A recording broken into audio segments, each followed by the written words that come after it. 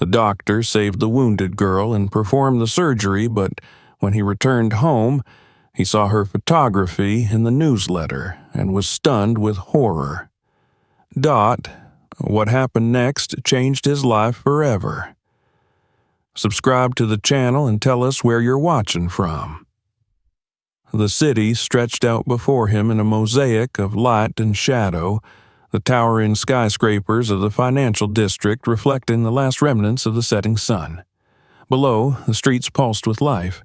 Cars idled at stoplights, pedestrians hurried along the sidewalks, and the distant hum of conversation mixed with the occasional honk of a taxi. Dr. James Carter adjusted the strap of his bag as he stepped out of the hospital's glass doors. His shift had finally ended, marking another grueling 14-hour day in the elite private clinic where he worked as a surgeon. The weight of exhaustion settled into his muscles, but he welcomed the cool night air as it brushed against his skin. The city, at this hour, was his sanctuary, a place where he could clear his mind and reflect on the countless cases he had handled throughout the day. He had come a long way from the small, overcrowded apartment where he had spent his childhood. Raised by a single mother in a neighborhood where dreams rarely extended beyond survival, he had fought for every inch of his success. His talent and relentless work ethic had earned him a scholarship to one of the best medical schools in the country. Now, he was one of the youngest surgeons at the clinic, though he often felt the weight of being the only black doctor in an establishment dominated by old money and legacy hires. James never let it show, but he knew that he had to be twice as good, twice as careful, and make half as many mistakes as his colleagues if he wanted to keep his position. He had spent years perfecting the art of remaining unshakable in the face of scrutiny. Even so, he sensed the unspoken hesitance in the eyes of some of his peers and patients. Respect was there, but trust had to be constantly reaffirmed. The thought lingered in his mind as he walked through the quieter part of the city. He preferred taking the long way home, avoiding the congested subway in favor of a quiet, meditative stroll through the dimly lit streets. It was in these moments that he could simply be, without the pressure of perfection, without the sharp gazes of those waiting for him to falter. As he passed an alleyway between two apartment buildings, he caught movement from the corner of his eye. At first, he dismissed it as nothing more than shifting shadows, but then he heard it. A muffled sniffle, followed by the soft, uneven rhythm of someone crying. He slowed his pace, turning his head toward the sound. Near the edge of the sidewalk, under the weak glow of a flickering streetlight, sat a small figure. It took him a moment to fully register what he was seeing. A young girl, no older than 7 or 8, curled into herself with her head bowed down. She wore a light-colored dress and a jacket that looked too thin for the night's chill. Her hair was tangled, her shoes scuffed, and her small hands clutched one arm protectively against her chest. James felt a pull in his chest, a deep, instinctual need to step forward. "Hey there," he said softly, lowering his voice to something soothing. The girl flinched at his approach, her tear-streaked face jerking upward. Her eyes were wide, filled with uncertainty and fear. James immediately understood the unspoken tension in her expression. He was a stranger, a man towering over her in the dark, his features unfamiliar. And he was black. Something that he knew from experience sometimes made encounters like these more complicated than they needed to be. He took a step back, keeping his hands visible at his sides. "I'm a doctor," he said, his voice calm. "I just want to make sure you're okay." The girl didn't say anything at first. She just stared at him, her chest rising and falling in uneven breaths. Finally, her lips parted, and her voice came out in a shaky whisper. "My hand." James's gaze dropped to where she held her arm against her body. Even in the poor lighting, he could see the unnatural angle of her wrist, the swelling around the joint. His medical training kicked in instantly. "Can I take a closer look?" he asked gently. She hesitated but nodded, her fear momentarily overshadowed by pain. He crouched down to her level, moving slowly so as not to startle her. His fingers carefully examined the injury, his touch as light as possible. Even so, she winced when he applied slight pressure. A fractured radius, possibly severe. If it wasn't treated soon, the bones might set incorrectly, causing permanent damage. The swelling was already increasing. There was no time to waste. James exhaled through his nose, calculating his next move. "Where are your parents?" he asked. The girl shook her head. I don't know." His stomach tightened. A lost child with a serious injury. He had to act, but how? Calling an ambulance would take too long. He could take her to the nearest ER, but the wait times were notoriously high, and there was no guarantee they'd prioritize a child with a non-life-threatening injury. The fastest, safest way was to take her directly to his clinic. He had access to the best equipment there. He could set the fracture properly and ensure she didn't suffer long-term consequences. But there was a problem. A black man driving through the city at night with a white child in his car. No witnesses to confirm he had only just found her. If someone called the police, if an officer pulled him over, he didn't want to think about what assumptions would be made. He weighed the risks against the reality of the girl's condition. Then he made his choice. "Okay," he said, keeping his voice steady.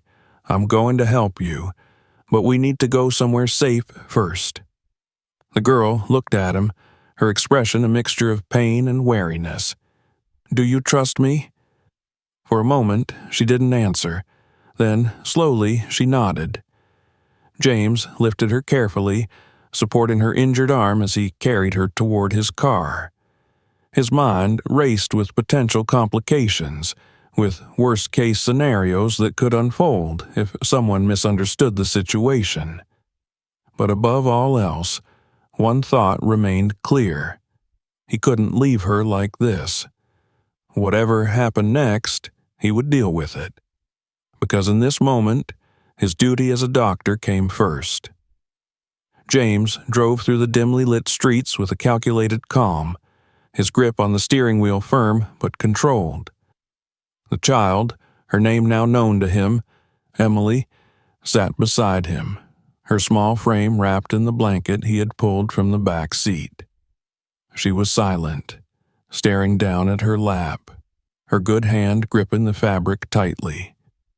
Every now and then, she winced, the pain in her fractured wrist surfacing through the numbing haze of adrenaline. James kept his focus on the road, but his mind raced with everything that could go wrong. A black man driving through the city with an injured white child. If anyone stopped him, if she panicked and said something unclear, if someone misinterpreted the situation, the consequences could be severe. He didn't want to think about it, but he had to. He had spent his entire life being careful, being hyper-aware of how others perceived him, knowing that the margin for error was much smaller for him than for others. Yet, he had made a choice, and now he had to follow through. The clinic was a short drive away, a pristine, high-end medical facility designed for private clients willing to pay exorbitant amounts for exclusive care. It was past standard operating hours, but as a staff surgeon, he had access to the surgical suites and equipment. He pulled into the underground parking lot, glancing at Emily to make sure she was still awake. She looked exhausted, her eyelids heavy, but she was watching him with quiet trust. "I'm going to carry you inside," he said gently. "We'll get your hand fixed up, okay?" She nodded without hesitation. It was a strange thing. How quickly children could shift from fear to acceptance when given even the smallest comfort. Carefully, he lifted her into his arms, mindful of her injury, and carried her through the staff entrance. Inside, the clinic was eerily quiet, the usual daytime buzz of doctors and patients replaced by dimmed hallways and the soft hum of overnight machinery. The reception area was empty except for the night shift administrator, a middle-aged woman named Sharon, who looked up from her desk as James entered. Her eyes flickered between him and the child in his arms, narrowing slightly. "Dr. Carter?" Her voice held a note of confusion, and James braced himself for what was coming. "I need to get her into surgery," he said evenly.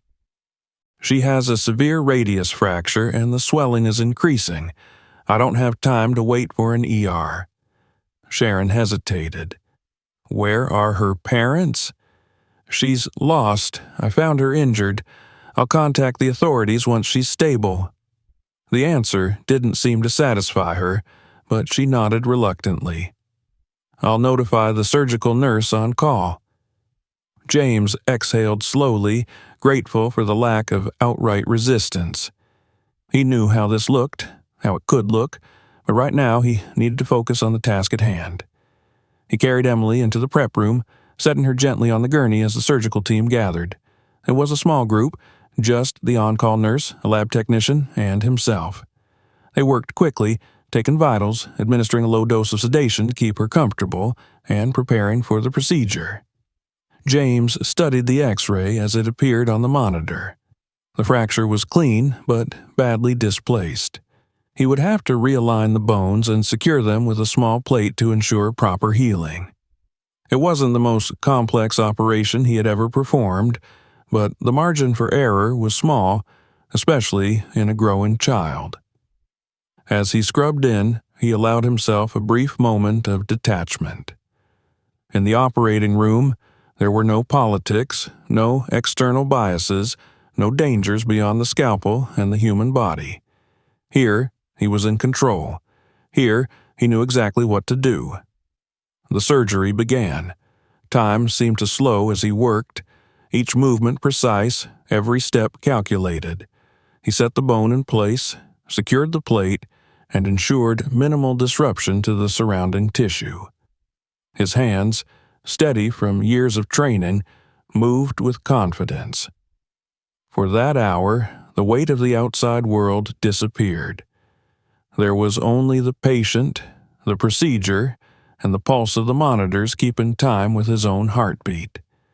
When he finally made the last suture and stepped back, he let out a quiet breath of relief. It had gone perfectly. Emily would recover. The nurse cleaned up as James removed his gloves, glancing at the clock. It was well past midnight. He walked to the recovery room where Emily lay, her small hand now secured in a protective brace. She was still under mild sedation, her breathing soft and steady. For the first time since he had found her, she looked peaceful. But James knew his work wasn't done. He had to find her parents. He stepped into the hallway, rubbing the bridge of his nose. The exhaustion was catching up to him, but he forced himself to push it aside. He needed to think clearly. The best course of action would be to contact the police now that she was stable. But something inside him hesitated. He had spent enough time in emergency medicine to know how these situations sometimes played out. A black man bringing in a white child with no verifiable explanation. It wouldn't matter that he was a doctor, that he had saved her hand. It was too easy for people to assume the worst. And then there was the girl herself. Emily had clung to him, trusted him, relied on him. If she woke up in a sterile police station without knowing where she was or what was happening, how would that affect her? He needed to make sure she was safe, not just physically, but emotionally. For now, she could rest. He would stay with her, make sure she was okay, and in the morning, they would figure everything else out. He returned to the recovery room and sat in the chair beside her bed. He could call the police in the morning. He just needed a few hours. Then he turned on the television to keep himself awake. And that's when he saw it. The breaking news banner scrolled across the bottom of the screen. A woman's tearful face appeared on the screen, framed by a backdrop of flashing police lights. "Please," the woman begged, her voice thick with desperation. "If anyone has seen my daughter, please, I just want her back." Then came the next part. The screen changed to a still image of a little girl in a pink jacket. The same jacket Emily had been wearing when he found her. And then, beneath it, the news anchor's voice rang clear. "Authorities are searching for an unidentified suspect believed to have taken the missing child. Witnesses report a black male was last seen in the vicinity where she disappeared. Anyone with information is urged to come forward immediately." James's blood ran cold. He didn't move. He didn't breathe. The city, once his sanctuary, had just turned into a trap. James sat frozen in place, his heart pounding against his ribs as the news broadcast continued. The reporter's voice carried an urgency that sent a chill down his spine. The words "black male suspect" echoed in his mind like a gavel striking down a verdict before the trial had even begun. This was exactly what he had feared. He had spent his life walking the tightrope of perception, aware that the slightest misstep could be enough to turn people's assumptions against him. And now, without a shred of evidence, without anyone bothering to ask questions, he had already been labeled a criminal. He forced himself to take slow, steady breaths, but his body remained tense. He needed to think. He needed to act. Emily lay still in the hospital bed beside him, her face peaceful in the soft glow of the overhead light. She had no idea what was happening. No idea that the man who had saved her might be moments away from losing everything. His first instinct was to call someone, his supervisor, a lawyer, anyone who could vouch for him. But who? The clinic had already made it clear that he was an outsider, a diversity hire they tolerated but didn't fully trust. Even if some of his colleagues respected him, would they risk their own reputations to stand up for him? The police would be here soon. That much was inevitable. He couldn't run. That would only confirm their suspicions. He couldn't hide. He wasn't guilty, and acting like he was would only make things worse.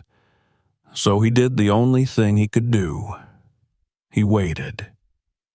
The knock on the clinic door was sharp and deliberate, the kind that announced authority before a word was spoken. James rose from his chair, bracing himself. He opened the door to find two uniformed officers standing in the dimly lit hallway. One was a tall, broad-shouldered man with graying hair and sharp, calculating eyes.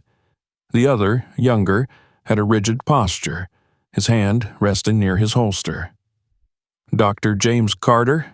the older officer asked. James nodded. "Yes. You need to come with us." His jaw tightened. "May I ask what this is about?"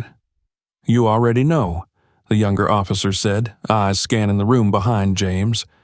When he spotted Emily, his gaze hardened. "Step outside, now." James raised his hand slightly, keeping his movements deliberate. He had seen too many stories, had heard too many names turned into hashtags to take any chances. "I'm not resisting," he said calmly. "But before I go anywhere, I need you to understand that I'm the one who found her injured. I brought her here to treat her because I'm a surgeon. That's the only reason The older officer pulled out a pair of handcuffs. "Turn around." James's stomach twisted, but he didn't fight. As the cold metal clicked shut around his wrists, he heard movement behind him. Emily had woken up. Dr. James?" Her voice was small, confused. "What's happening?"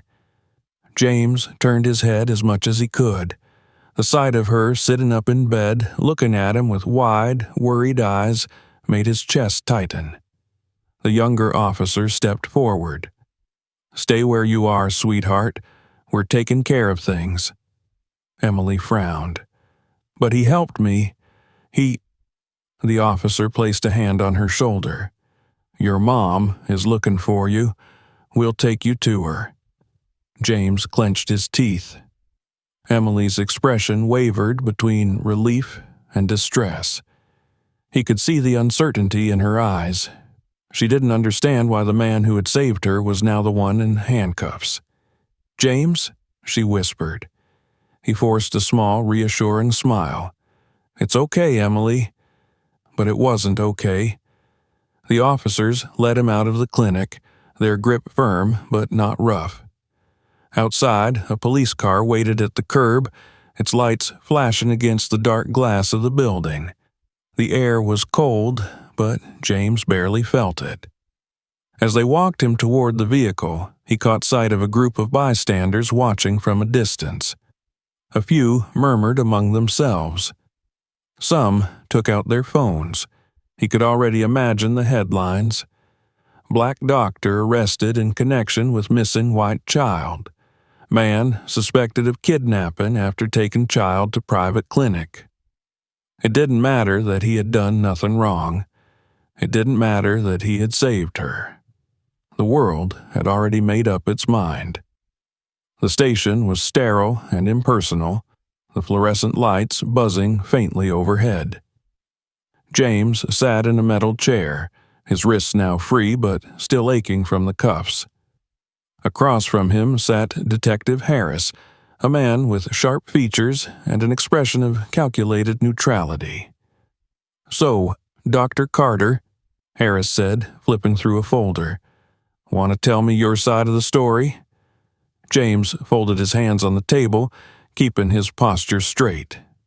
"I already did." Harris nodded slowly, tapping his pen against the table. "You're saying you found the girl, Emily, in an alley, injured, and instead of calling 911, you decided to take her to a private clinic." "Yes," James said evenly, "because I'm a surgeon, and I knew that waiting for an ambulance might worsen her condition. She had a severe fracture. If it wasn't set properly, she could have permanent damage." Harris tilted his head. "That's noble of you. But let's be honest, Doctor. If this had been a white man in your position, you think people would have reacted the same way?" The question was loaded, designed to provoke, to test him. James held his gaze. "No," he said finally. "I don't." Harris smirked, but there was no humor in it. "So, you knew how this would look? And you still went through with it?" "I did what was right," James said. "I wasn't going to let her suffer because of how it might look." The detective leaned back in his chair, studying him.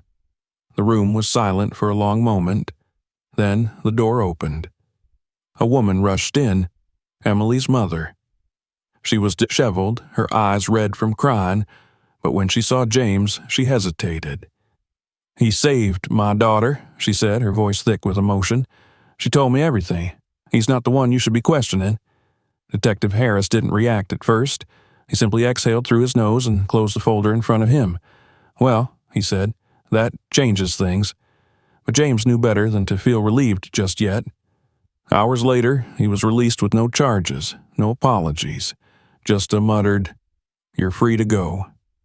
But when he returned to the clinic, the real blow came. His supervisor, Dr. Whitman, was waiting for him outside his office, arms crossed. "You're being put on administrative leave," Whitman said, voice clipped, effective immediately.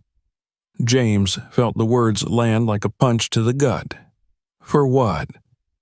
"Dr. Carter, you understand the situation. The media attention, the controversy, it's bad for the clinic. We can't afford the liability." James clenched his fists. "I did my job," Whitman sighed. "I'm sorry, but it's out of my hands." James looked around at the place he had sacrificed years of his life for, the place where he had worked twice as hard to prove himself, where he had saved lives, where he had believed, foolishly, that merit alone would be enough. He had done everything right. And it still wasn't enough. He didn't say another word. He just turned and walked away. The city, once a place of endless possibilities, now felt like a cage. James stepped out of the clinic, his breath curling in the cold night air. The building, with its sleek glass panels and pristine white walls, had once represented everything he had worked for. Now it was just another reminder of a system that had never truly accepted him. His suspension was unofficially a termination. He knew that much. There would be no press conference, no outright firing. Instead, he would be quietly pushed out, his reputation tarnished, his future uncertain. The weight of it settled in his chest, heavier than exhaustion, heavier than fear. As he walked toward his apartment, his mind raced. What was his next move? He had no job, no income, and now no credibility in a field where reputation was everything. He had spent his entire life proving himself, and in a single night they had taken it all away. But, as much as his own future seemed precarious, his thoughts kept circling back to Emily. He had saved her, but what kind of world had he returned her to? What if the next person who found a lost child hesitated? What if they let fear or prejudice stop them from doing the right thing? The thought gnawed at him. He wouldn't let this be the end. The next morning, James was startled awake by the ringing of his phone. He hadn't expected anyone to call. Most of his contacts from the clinic were either distancing themselves from him or pretending he no longer existed. He checked the screen. It was an unknown number. For a moment, he debated ignoring it, but something in his gut told him to pick up. "Dr. Carter?" The voice on the other end was hesitant, familiar. "Yes. This is Olivia Dawson, Emily's mother." James sat up. He hadn't expected to hear from her again. Their last interaction had been brief. She had spoken to the detective, confirmed his innocence, and that had been it. But now she sounded urgent. "I just found out what happened at your clinic," she said. "They suspended you?" James let out a breath. "That's one way of putting it." "That's unacceptable." Her voice grew sharper. "You saved my daughter, and now they're punishing you for it?" "It's not the first time something like this has happened," James admitted. "I knew the risks when I brought her in. The moment the media got involved, I became a liability." There was a pause. Then Olivia said, "Meet me at my office in an hour. We need to talk." James frowned. "Your office?" "I'm an attorney, Dr. Carter, and I'm not letting this go." Olivia's office was in a towering high-rise downtown. When James arrived, he was met by a receptionist who led him to a conference room with floor-to-ceiling windows overlooking the city. Olivia was already there, pacing, her phone buzzing with nonstop notifications. James barely had time to sit before she turned to him, eyes blazing with determination. "This is already gaining traction," she said, gesturing to her phone. "People are asking questions. The media is running with two versions of the story, one where you're a hero and one where you're a controversial figure." James let out a dry laugh. "Controversial for saving a child?" "For being a black man in the wrong place at the wrong time," she corrected. "We both know how this works. They won't outright accuse you of wrongdoing, but they'll let the public draw their own conclusions." James clenched his jaw. "What's your plan?" "I want to go public with the truth," Olivia said. "An official statement, a press conference. I want people to know exactly what happened, that you did your job, that you acted when no one else would, and that you were punished for it." James hesitated. "And you think that will change anything?" "It will, if we put enough pressure on the clinic," Olivia said. "They want to quietly sweep this under the rug. But if we control the narrative first, they won't be able to." James considered her words. He had never wanted to be in the spotlight. He had spent his entire career trying to blend in, to prove himself through his work rather than through confrontation. But now, he saw that playing by the rules had only gotten him so far. They were counting on him to walk away quietly. Maybe it was time to do the opposite.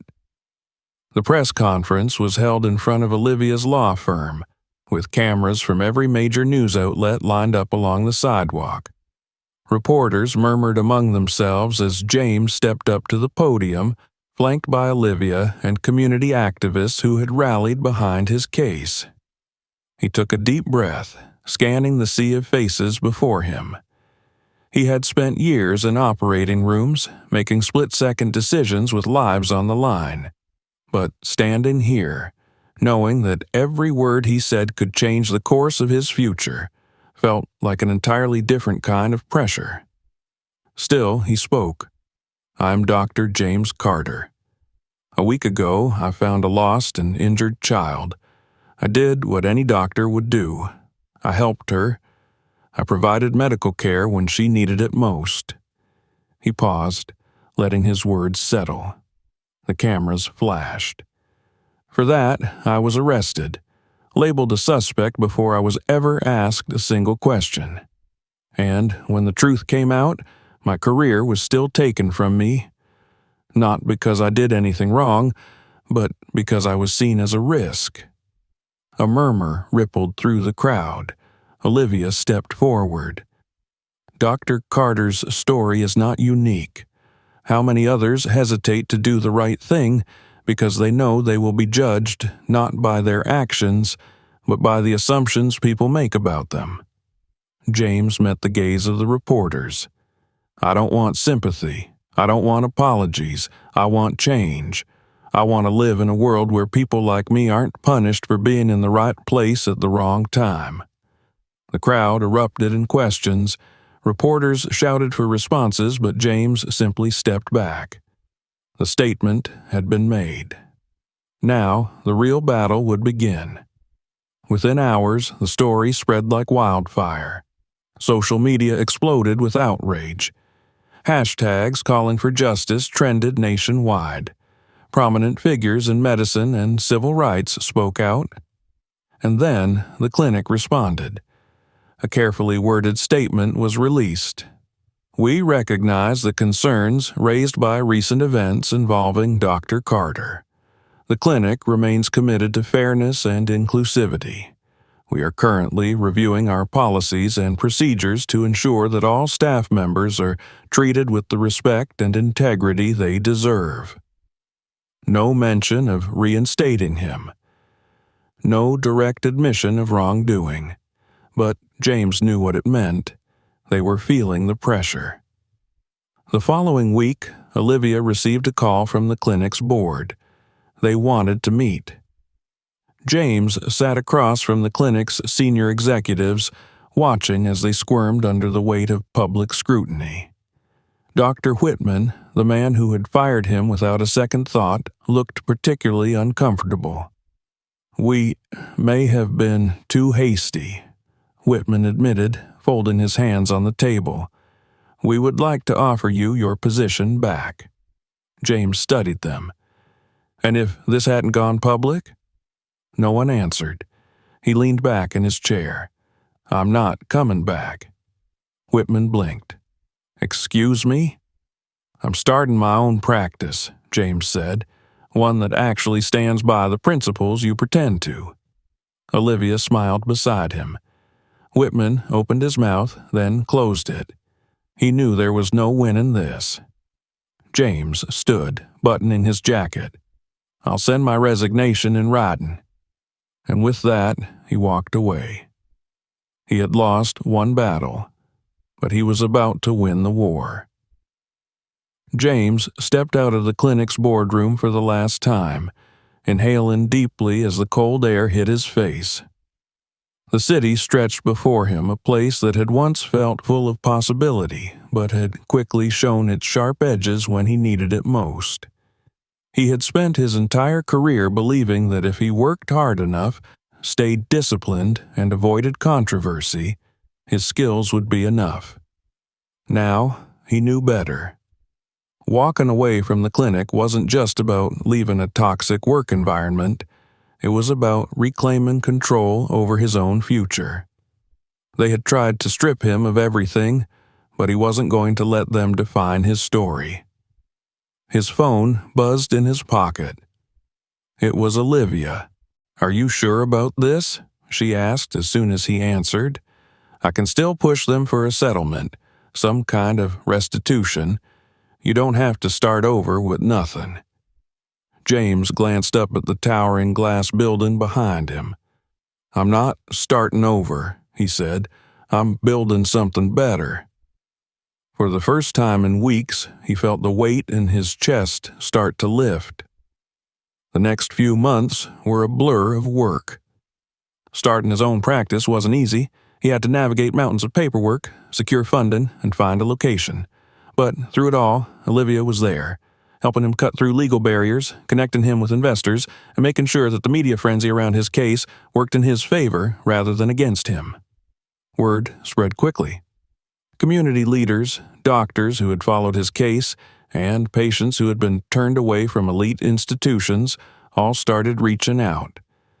They saw what he was trying to do, build a clinic that put people first, a place where the best medical care wasn't reserved for those who could afford it or for those who fit the profile of the ideal patient. His vision was clear, a practice where medicine was about healing, not bureaucracy. The hardest part was finding a location. Most commercial real estate owners hesitated at the idea of a black doctor with a controversial history setting up a clinic in their buildings. Some outright refused to rent to him. Others jacked up prices, assuming he wouldn't be able to afford it. But Olivia wasn't just a lawyer. She was a force of nature. She found a space in a historically underserved neighborhood, a place that desperately needed health care but had long been neglected. It wasn't in a fancy high-rise. It didn't have the state-of-the-art luxury of his previous workplace, but it had something better: potential. When James walked through the empty space for the first time, he could already see it. A waiting room filled with people who had never felt welcome in hospitals before. A place where no one would hesitate before calling for help, afraid of how it might look. A space where children like Emily wouldn't have to rely on luck to get the care they needed. It wasn't going to be easy. But then, nothing in his life ever had been. The opening of the Carter Medical Center was met with both excitement and skepticism. Some news outlets painted him as a trailblazer, a man who had taken injustice and turned it into something revolutionary. Others saw him as reckless, a controversial figure setting up a practice outside of the established system. He didn't care. On the day of the grand opening, James stood at the front doors, looking out at the line of patients already forming. Families, elderly neighbors, young parents with their children. People who had been ignored, dismissed, or treated as statistics by larger institutions. And then, through the crowd, he saw her. Emily. She was standing beside Olivia, her small hand tucked into her mother's. She no longer wore the hesitant expression of a child unsure of the world around her. She looked up at him and smiled. James felt his throat tighten. It had all started with her. When she reached him, she tilted her head up. "You did it," she said, beaming. He knelt so they were at eye level. "I did," he said, "because of you." She hugged him, and for the first time in a long time, he let himself feel everything. The exhaustion, the anger, the uncertainty, but also the pride, the hope, the knowledge that this was only the beginning. When he stood, Olivia smirked. "I think she just declared herself your first official patient." James chuckled. "She was always my first patient." He turned back toward the clinic, took one last breath, and stepped inside. A new chapter had begun. If you enjoyed this story, make sure to subscribe for more. Don't forget to share this video with your friends and let us know your thoughts in the comments. And if you want more, check out our other videos. There's plenty more to discover.